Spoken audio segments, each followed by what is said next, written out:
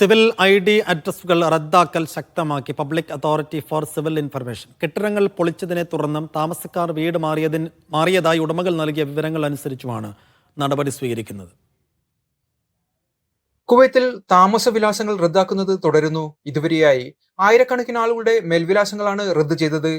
കാലാവധി കഴിഞ്ഞ വാടക കരാറുകളും കെട്ടിടങ്ങൾ പൊളിച്ചതിനെ തുടർന്നും ഉടമകൾ നൽകിയ വിവരങ്ങളും അടിസ്ഥാനമാക്കിയാണ് നടപടി സ്വീകരിക്കുന്നത്. ഇത്തരത്തിൽ രേഖകൾ നീക്കം ചെയ്യപ്പെട്ടവർ 30 ദിവസത്തിനകം പാസി ഓഫീസ് സന്ദർശിച്ച് പുതിയ വിലാസങ്ങൾ രജിസ്റ്റർ ചെയ്യണമെന്നാണ് നിയമം. കൃത്യമായ രേഖകൾ ഉള്ളവർക്ക് സഹലാബ് വഴി വിലാസം അപ്ഡേറ്റ് ചെയ്യുവാനുള്ള സൗകര്യവും നിലവിലുണ്ട്. എന്നാൽ ബാച്ചിലറായി താമസിക്കുന്ന സാധാരണ പ്രവാസികൾക്ക് വിലാസം അപ്ഡേറ്റ് ചെയ്യുന്നത് ഏറെ ബുദ്ധിമുട്ടായിട്ടുണ്ട്.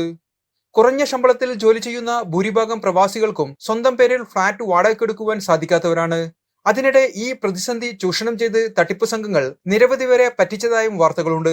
ഫ്ളാറ്റ് കെയർടേക്കർമാർ നേതൃത്വം നൽകുന്ന ഇത്തരം തട്ടിപ്പ് സംഘം അഡ്രസ് ശരിയാക്കാമെന്ന് വാഗ്ദാനം നൽകി ആവശ്യക്കാരിൽ നിന്നും 70 മുതൽ 150 ദിനാർ വരെയാണ് ഈടാക്കുന്നത്. എന്നാൽ വാടക കരാർ മറ്റു പേരിൽ മാറ്റുന്ന സാഹചര്യത്തിൽ പഴയ വാടക കരാർ രജിസ്റ്റർ ചെയ്തവരുടെ വിലാസം പാസി സിസ്റ്റത്തിൽ നിന്നും നഷ്ടമാവുകയും ചെയ്യുന്നു. ഇത്തരം തട്ടിപ്പുകളിൽ നിന്ന് ജാഗ്രത പാലിക്കുവാൻ പൊതുജനങ്ങൾക്ക് അധികൃതർ നേരത്തെ മുന്നറിയിപ്പ് നൽകിയിരുന്നു.